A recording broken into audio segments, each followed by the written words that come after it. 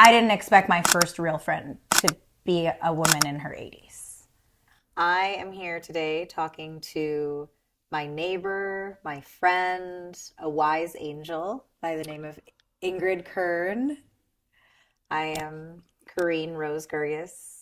Today, just Ingrid's friend. Or I have the privilege of talking to her about her incredible 81 years on this planet and infinite years on all the other planets. And I am going to hand it over to her to introduce herself. Ingrid, could you tell people just a little bit about who you are, a few ways that you identify, and what you know about yourself? My name is Ingrid Kern, and I am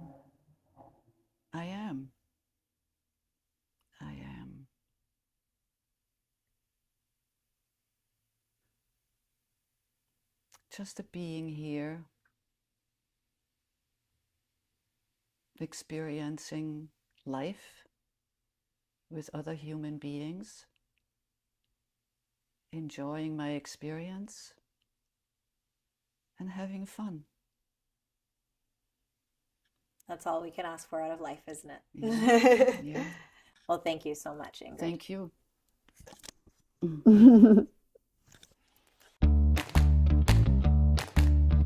Laughing about what? What do you think? Cats.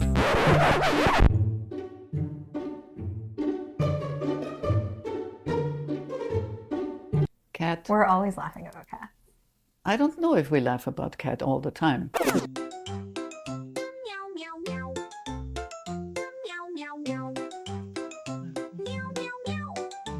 She does really silly. Yeah, especially with a name like Cat. you know? Yeah, that wasn't my choice. Oh, whose Actually. choice was that? I had named her originally Professor Drake McGonagall. Oh, a short name. I was in the middle of reading Harry Potter, Mm. and there was a character that can transfigure into a cat, and her name was Professor McGonagall. And how did it turn to Cat? And so I would tell people her name, right? And then they would just look at me kind of funny. And then one day, my boyfriend at the time, he just started calling her Cat, like saying, Cat, come over here. And then my dad came over one day and he started calling her Gato, like in Spanish. Yeah. And I was like, so both of you think her name is just Cat, Mm-hmm. but in a different language. And then my ex-boyfriend said, Cat, short for Catherine. And I said, she does look like a Catherine. She's Okay. she's an elevated Okay. French kitty. I think it's simple. She's like, I have a cat. Okay. She understands her identity. Plus, it makes people laugh. It makes people laugh. Every Okay. time they say, what's her name? And I say, Cat. They just get a little smile on their face. They chuckle. Okay. I like when people smile. Well, I call her anything but Cat. What do you call her? Schnoopski. You guys are like best friends. Except for that one time. Kat had a little bit of an episode with Ingrid. But they've recovered. Yeah. Yeah. I moved in here 3 years ago. It's only 3 years? You feel like it's been longer. It seems like it's 5, 6 years that you have been here already. Yeah. That's because, with every year that passes, we grow 3 years closer. Right? That's a logic. Yeah, I think so. I Must be think so. Canadian. Yeah, yeah. Well, 3 years ago, I moved in here, and before I signed my lease, you said, but just so you know, your neighbor is a little bit cuckoo. A little bit. No, I didn't say cuckoo, I said crazy. I was trying to be polite. You said, just so you know, you might have some problems with the neighbor. Mm-hmm. She's a little bit crazy. Mm-hmm. And you sent me a little bit into a spiral for like a brief moment I know. until I realized you were talking about yourself. Mm-hmm. And to this day, I still think about it often because I think most people who live next to the manager of their building would be afraid of that. They would be? Maybe. Why? Because, I don't know, they would just think, you're a hawk in the building or something, or they have to be on their Best behavior. best behavior. Well, they should be. I think my behavior has improved. Excuse me, I have something in my throat. But it really has been a growing experience to live next door to you. Yeah? Yes. It does? In what way? It has been a growing experience. Well, I like to say to you that I am in my 30s and you are in your 80s, and yet you have more energy in your pinky finger some days than I have in my whole body. That is true. Yeah. Yeah, that is true. And every day that I see you alive in this world, in the You thank unique God, not way dead, right? that Ingrid lives life. Oh, I see Ingrid. Oh, she's dead. Oh, no, she's alive. Ingrid can never die. I'm sorry. No. It's not possible. The spirit will live on for generations to come. For me, there's something inherently inspiring about the way that you live your life, because I go through life like most women in their early 30s under the misconception sometimes that for some reason life is ending or counting down as I age, which is such a silly thing for someone to think at 33 years old. I think that probably most of human beings are thinking that way and not living in the moment. And I think when I got here, I was stuck in a little bit of that loop, which is strange because I had just moved to a new country in a new city. I had all of these exciting opportunities ahead of me and a fresh start.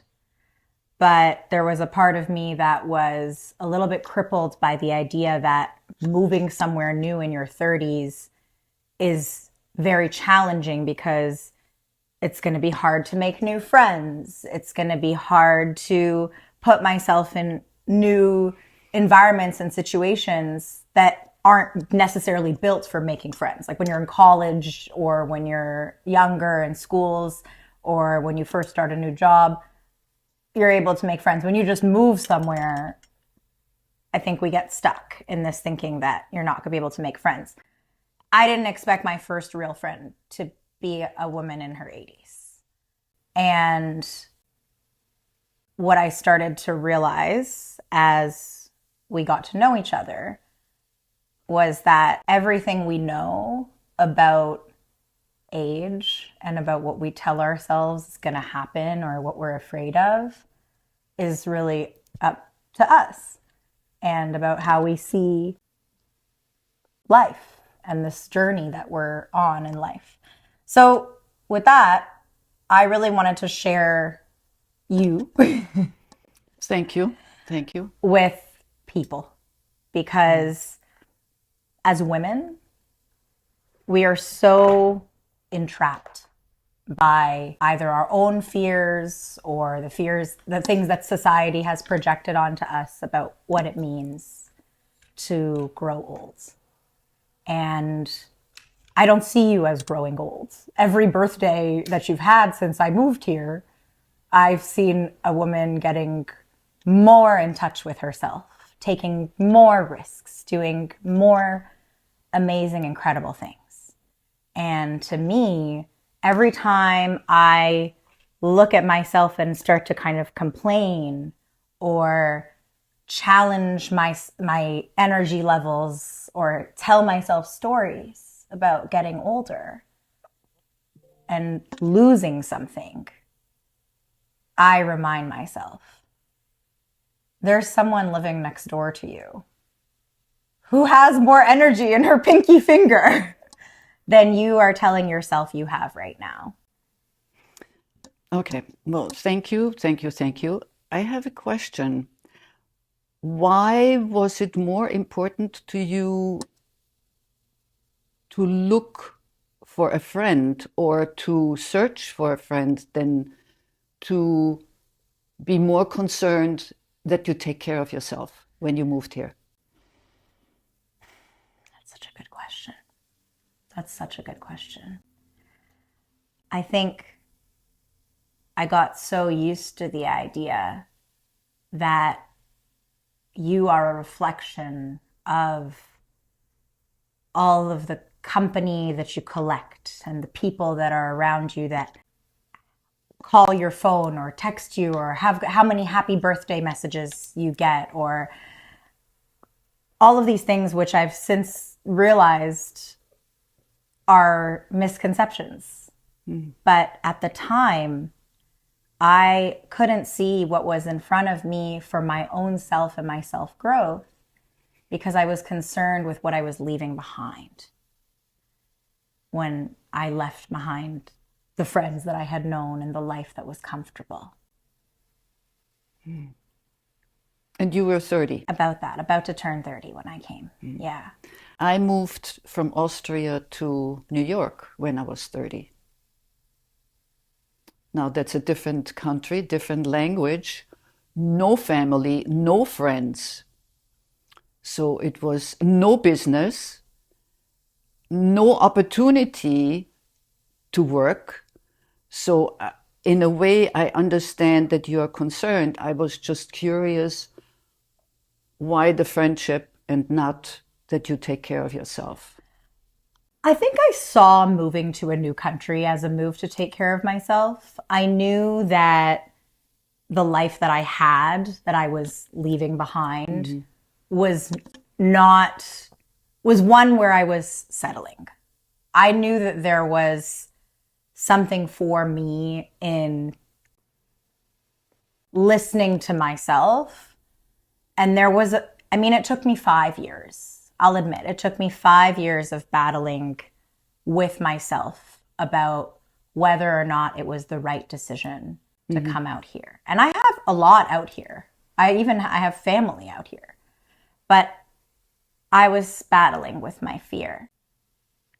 So talk to me a little bit about your early move and your life that you were leaving behind in Vienna and what brought you to New York. I was modeling at the time and acting in Vienna, Germany, Italy, Switzerland. And love brought me to New York. As love does. Yeah. And was there a sense of leaving behind, or was there a sense of open opportunity? And what was different about your perception of that move versus the reality of that move? For me at that time, it was the most important thing to me to be loved. I don't care, never did care about money because I always had it. I always made it. And there was a man who loved me. And that was the most important because of my upbringing, where I didn't have the love. And the drawback of that was only apparent after I got divorced, after 17 years, realizing that by giving up taking care of myself, I gave up my identity. And that's when the battle began, when I had to work on myself. Because up until that point, I had no idea that I had a problem, that I had a monster, the monster of fear. Because we all have fear. Fear of whatever, too young, too old, too thin, too heavy, too tall, too short, whatever it is, we all have fears. And what is it that you discovered that you were really afraid of, or the monster within? I'm not good enough because I was never good enough for my father. Never, no matter what. And did that feeling carry over to your marriage? No, because there was another issue, because I promised myself that I will do anything and everything my husband is telling me, because I didn't want to end up like my mother. I looked at my mother being boring, not drinking, not smoking, and that's why my father had a mistress. And I said, I will do everything my husband is telling me. And I did. And that was my downfall. What were, if you don't mind sharing, what were some of the things that your husband asked of you that ultimately kind of created It's this? not a matter of he asked me. It's when you think about the 70s and 80s in New York, Manhattan, drugs. So here, have it. Everybody else does it. And then whatever, you know. And after the divorce, my saving grace was my martial arts teacher, who pointed out that we went all the way back. I told him about my father, and I mentioned that when my father came home and he said, show me what you learned at the conservatory with the piano. And of course, I was so afraid I hit the wrong note. And he pushed me off the stool and played the piano. And my teacher said to me, you have to start looking from a different point of view. Maybe your father didn't hear the right note. Maybe it was not you. And that was an opening for me. It was amazing. And then I was involved. I was privy to meet so many grandmasters, and it was just Asian grandmasters, you know. And they showed me a totally different aspect to life. And that's when I started to work on myself and went way, way, way, way down deep. And that was difficult. That was hard. I came to a point once when I was sitting upstairs, crying, screaming, throwing up, purging, meditating. And I called my master and I said, you know, I understand that people say, I can't take it anymore. And he said, stop it. Don't do anything stupid.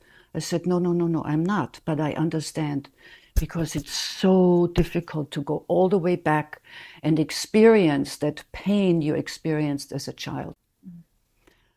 But I would do it again, because I'm the person today I was supposed to be. A lot of people who know they have to go back into their pain and their childhood trauma are understandably afraid of doing it because of reliving that experience.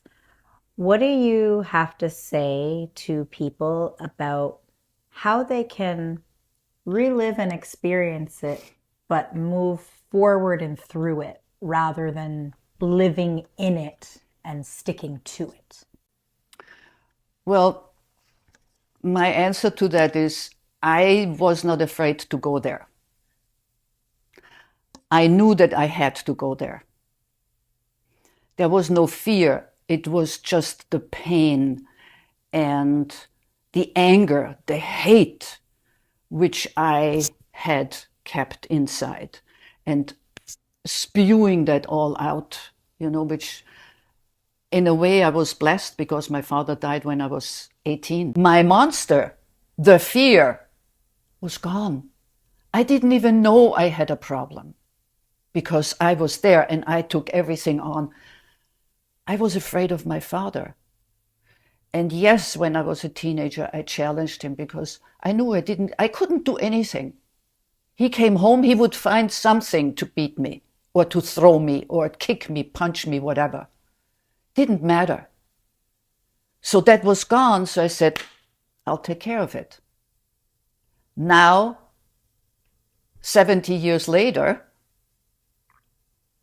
I first understand where he was coming from, and how fractured he was. He was in World War II.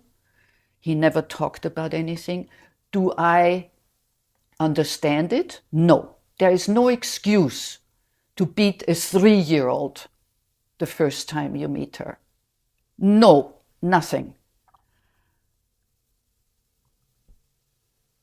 He had his own demons to deal with, and he didn't have anybody to talk to. And he took it out on me. And he was drinking. And he had a mistress. It's so powerful to be able to approach somebody who's hurt you with a level of empathy and understanding without excusing what they've done, but being able to put yourself in a place that helps you heal and remove the pain. Because I think what we tend to forget is that most people are projecting their experience. They're projecting their trauma, their pain, their fears, whatever they're stuck in, their stories, and they're bringing it to the people that they're in relation with. And it's very unfortunate when it's parents, because of course you have a responsibility as a parent to find a way to manage that so you can nurture this young life. But that type of projection is everywhere. I know you and I have spoken about, even on a smaller scale, like your friendships or people around you, that they think what they're doing is loving you. They think what they're doing is caring. But when you express something you're doing for yourself, they might have a judgment or a thought or a question that really has nothing to do with you and only has everything to do with them. Can you think of any recent experiences that you've had, like where you've taken a risk on yourself or you've done something for yourself and your identity and your power, and you've received some type of, feedback or questions or doubts or hesitations from people in your life? The first time was in 2007. I was working with a channel, and the woman said to me, "You have so much protection, talk to your angels." And I said, "Yeah, right. Ingrid will talk to her angels." Never happens. I drove down Wilshire Boulevard, and one day I said, "Okay, good morning, angels. What am I supposed to do in my life?" Not with my life. I was driving to the office. And it was snap. Sprinting. When I was 16, I was supposed to be submitted to the preliminary tryouts for the Olympics in Rome to run the 100 meters, do the shot put and the long jump. Oh. And my father said no. And I wasn't even allowed to go to the track after that. So for 49 years, running was out of my visual. So I said, okay. At the time, I had a girl here from Canada, and she was a 1,500-meter runner sponsored by Nike. So she was good, right? She was all right. And I came home and I said to her, "I want to run." And she said, "I'm coaching you." Wow. So she coached me, and I was telling everybody in my real estate office and all of my friends, I said, "I'm going to run. I'm going to," oh yeah. And then, of course, because I shared my thought with a group of the Austrian American Council West, I met a woman who was in the senior games, and I didn't even know that existed. So it took me another few years until I got to that point, and that was in 2007 where I said running, right? So I told everybody I will run, and they said, "Are you crazy? I mean, are you nuts? What are you doing? You are now 60 whatever, and you want to run? You didn't run for 49 years. What if you injure yourself? What if you don't win?" I'm like, I want to have fun. This is what I wanted to do when I was 16. Now I have to, impossible. I'm like, God, oh my, what are you doing? Okay, fast forward. So I ran the first time in the qualification for California for the nationals, won a bronze medal. I was so ticked off that I didn't win. I was so Bronze is not enough for angry. Ingrid Kern. I qualified. The following year, up north, we had the nationals. I came in 6th. And then in 2010, the girl moved out. I didn't have a coach, so I went online, and there was, and I, sprinting coach. I Googled sprinting coach, and I came across a college sprinting coach, Mr. Mangiacotti. Never forget that name. I did everything he was talking about, right? And I trained like crazy, right? And had to run for California again, of course, to qualify for the following year.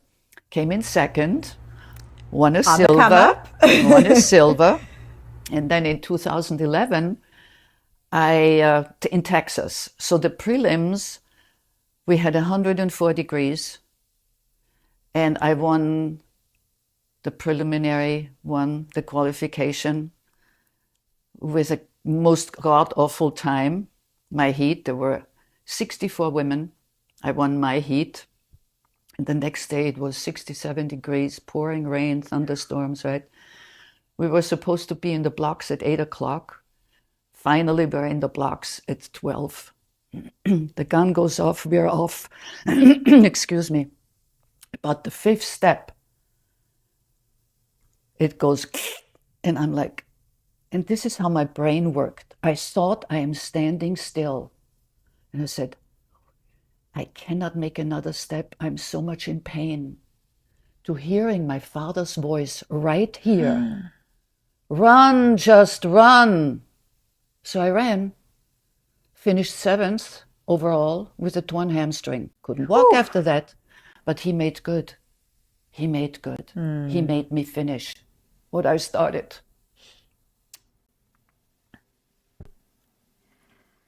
It's extremely powerful. Yeah.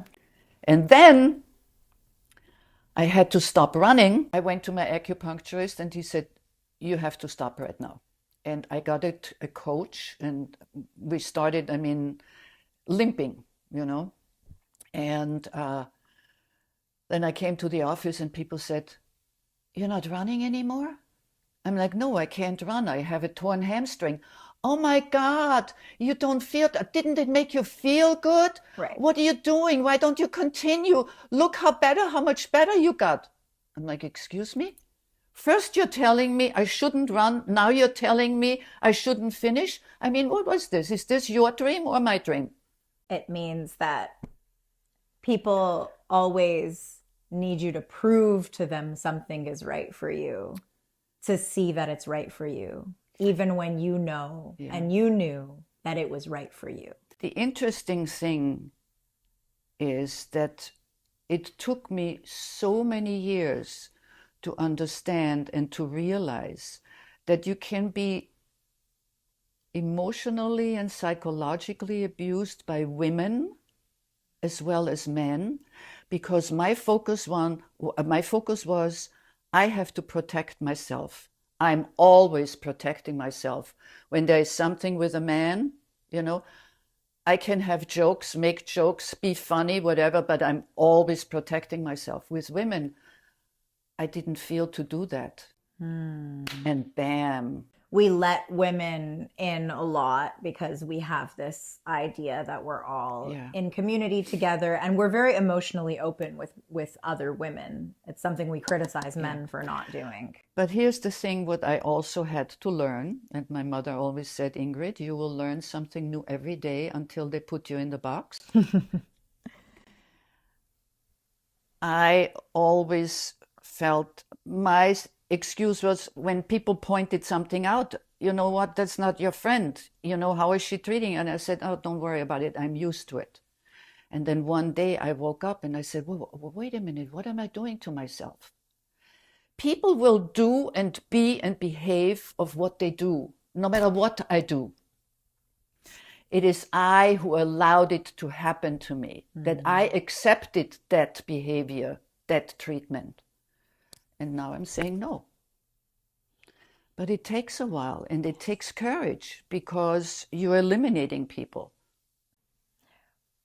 Saying no, as you said, is something that I think, even just started to teach women to do with men, teaching it to do with just anybody, just standing in your boundaries, in what you know is your worth, and what you can detect in your heart and your gut is mistreatment. It's a very challenging thing that there's no really guidebook or rule book. But if you had to give a little bit of a guidebook or a rule book, let's say 2 or 3 main ways you've learned to stand in your boundaries or to carry yourself with your worth in relation to other people, what would you say is like the secret sauce? I think the most important is that one knows who they are. Who are you? Love yourself. If you don't love yourself, that's why I said, my fear, my monster was I'm not good enough. I'm not good enough. I have to do this to please them, because there was still that father figure. And my psychologist said, Ingrid, whatever you experienced as a child will stay with you forever. But you're not 3 years old, you're not 5 years old, and you're not a teenager. You can walk away. And it took me a while to understand that I get more respect now that I'm still cocky, and I'm still as you should be, fashion model, international fashion model, senior Olympics games runner, whatever. It's I'm just being myself without an excuse, and not looking for approval, because I don't want to please 5 billion people, so 5 billion people will not love me. So that's okay.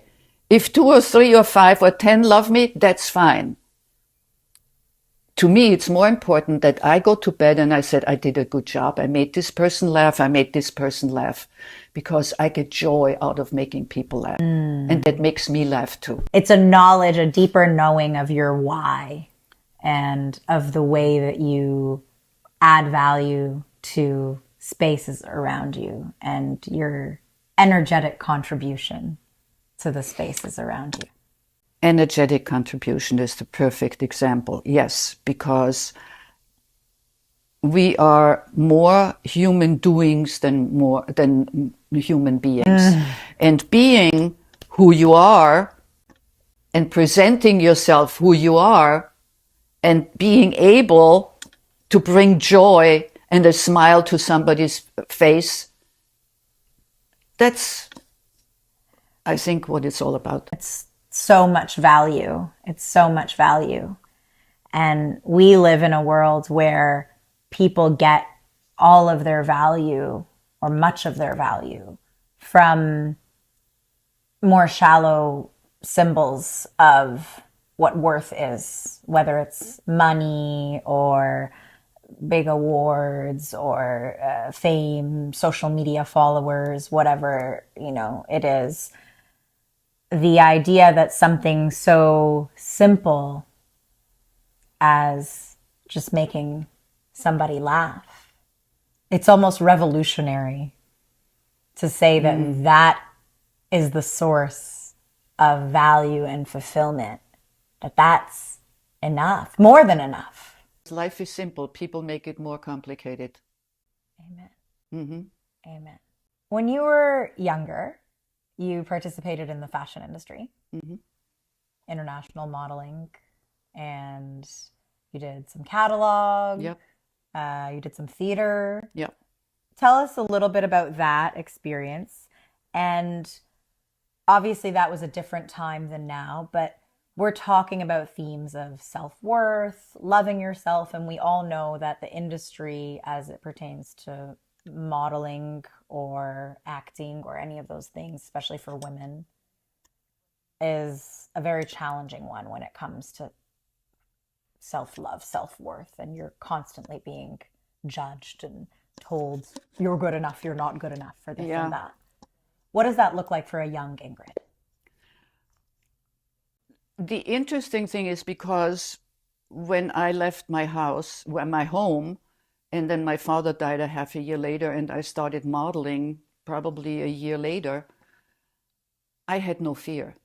I was myself at that time, and I was whatever I felt like. And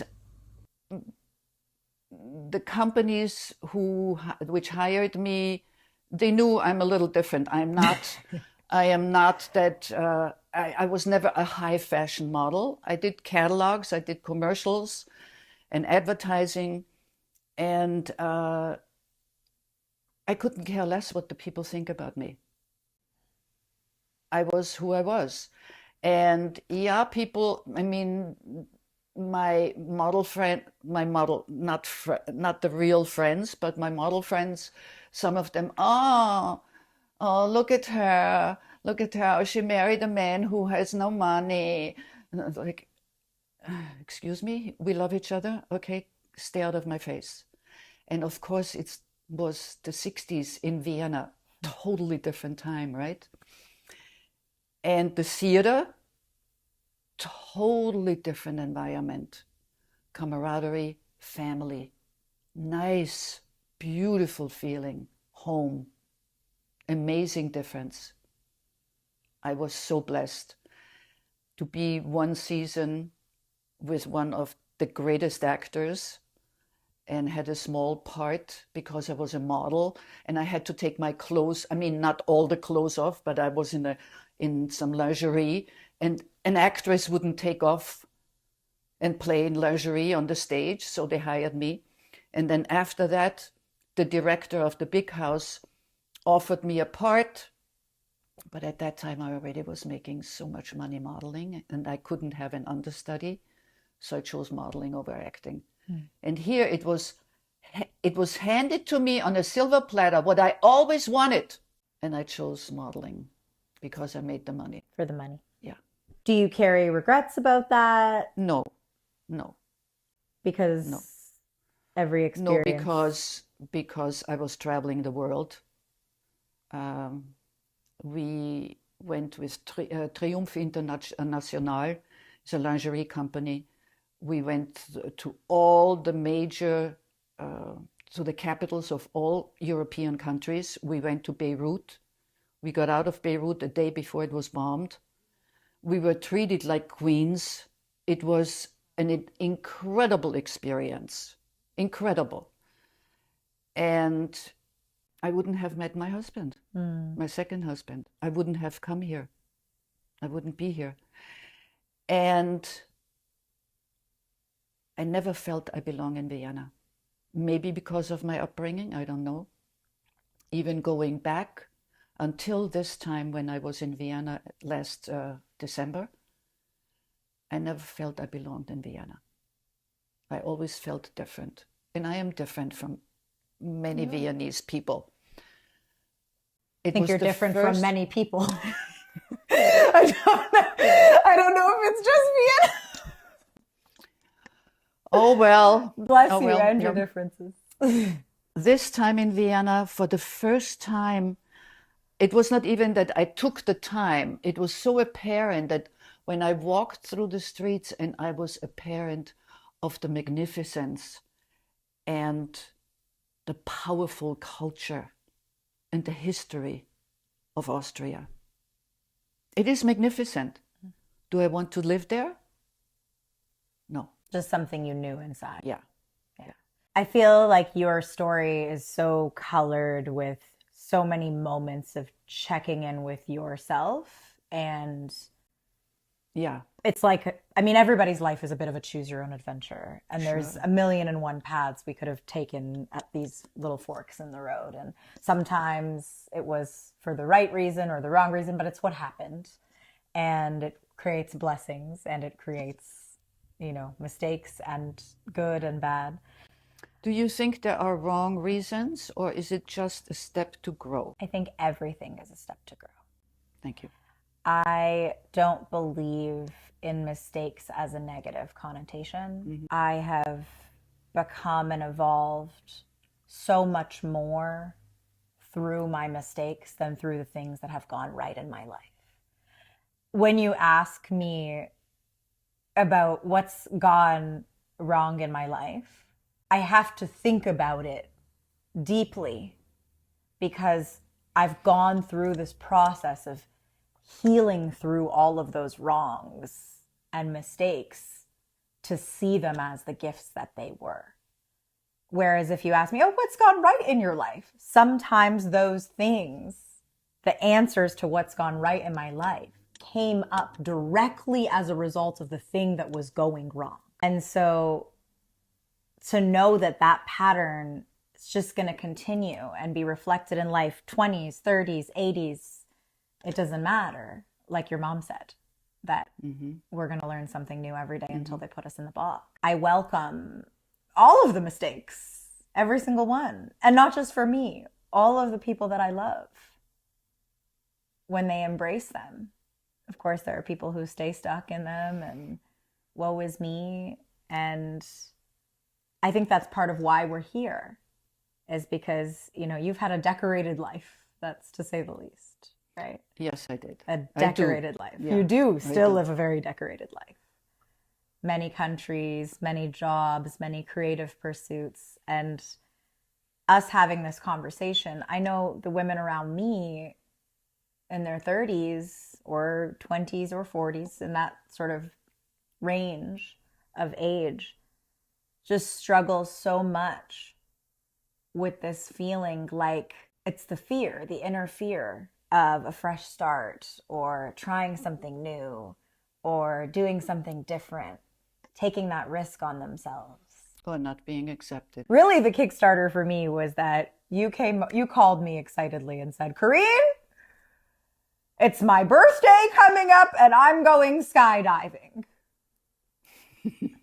Yeah. And I wasn't even surprised. There were only two people who I asked. That was my master in New York and one of the tenants from Romania or wherever she was. No, not Romania, the former Yugoslavia, Croatia. I said, what do you think I'm doing for my 81st birthday? And she said, skydiving.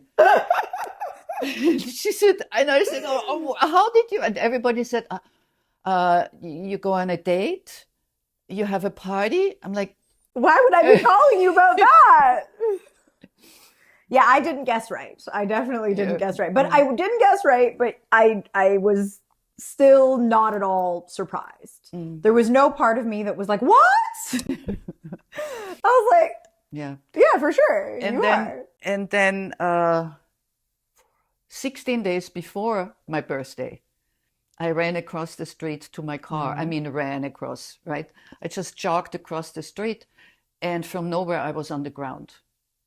And I didn't know why I fell. I didn't trip. There was nothing. Later I understood that I had vertigo. How many people told me, that's a sign, Ingrid, you shouldn't skydive. No. Don't you realize it? No. I said, I'm postponing it. So I postponed it to May 10th, which is the day before Mother's Day. And then my friend and I drove out, and they called me at noon. Well, we're just starting with the morning jumps. Do you want to take a chance? I said, no. I postpone it. Okay? People said, Ingrid, do you realize this? This is the second time. Don't jump. You can die. I'm like, thanks for telling me. Not like you didn't sign the form that said, you can die. Do you agree? So I postponed it because it was May. I said, okay, June gloom, May gray, June gloom, June 29th. It was still a little cloudy on that day, but it was anything, something I, unbelievable. I absolutely felt that I was transported into a different dimension. As you were falling. Unbelievable. And this is just another example It's of the ways. unbelievable. Again, I'm 33. I haven't done it. I've always said I'm not really, that the idea doesn't excite me. Really, it's fear. It's fear. And I'm just, what excuse do I have? What excuse do I have? I had no fear. Yeah. I was the calmest I have ever been in my 81 years. Wow. I was totally at peace. The only thing which excited me was my instructor who pushed me, and he said, and then he had a plastic snake on my right at my right leg in the plane. Of course, I was like, oh my God, to have some excitement. That was it. So you were afraid of the plastic snake, but not of jumping No, out of the plane. no. Okay, I'm clear. I was totally at peace. And the minute we walked out, I mean, he told me exactly what to do. We walked out, we turned. The free fall was exhilarating. The only thing, I had a dry mouth because I didn't have any cover or anything. And then after a minute of free fall, you just fly, you just glide. And he wanted me to push the little slings. He said, you push it down, we turn to the left, and you push here, and you turn to the right. I said, no, you do it. I just want to float. I want to be a bird. And then, bam, you're on the ground. It's over. The whole thing is 4 minutes. Incredible. It was absolutely, unbelievably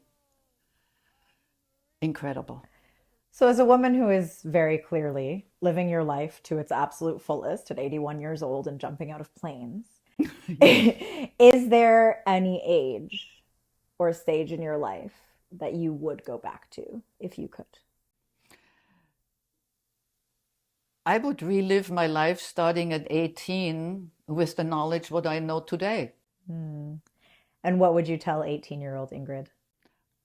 I don't think at 18, I think I would tell her something when she was 30, when I was 30. You don't have to do anything to please anybody but yourself. Because by doing what others offered, I could have said no, right? Yeah, take it. So look, everybody else is doing it. I lost my identity. But,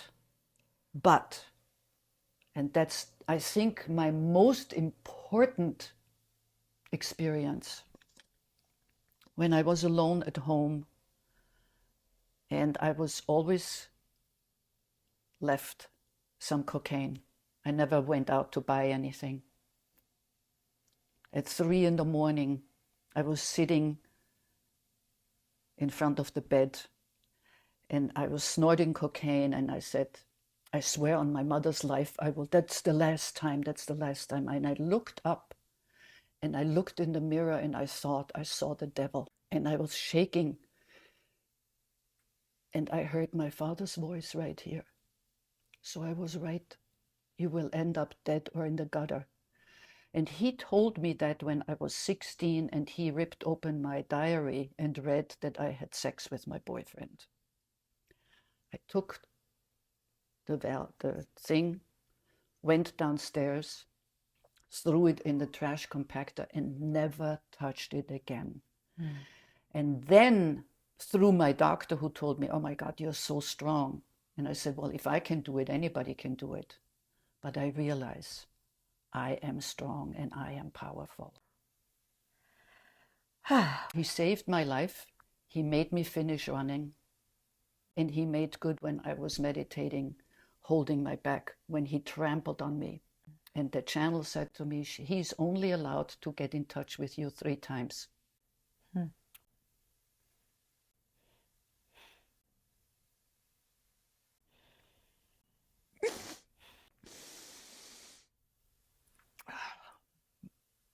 So he made good.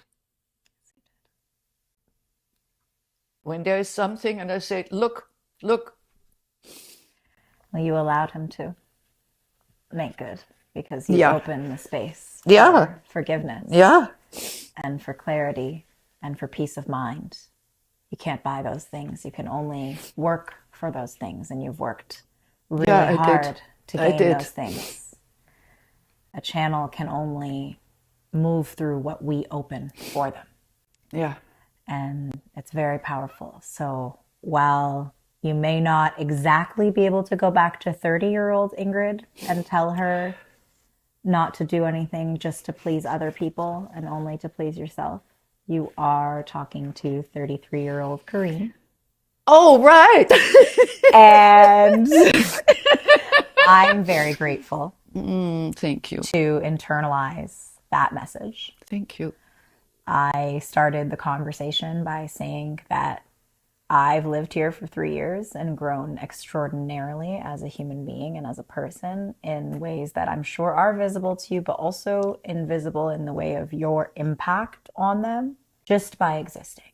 Not by advising, not by lecturing, not by all the things, the ways that people might think a 80-year-old neighbor or friend may do. Just by existing as who you are, I've grown as a person and as a woman because I believe that my life is just beginning. It is. And Treasure all it. women, no matter if they're 81 or 33 or 13 or 3, should believe that their life is just beginning. Yeah. And that's what you've taught me. Thank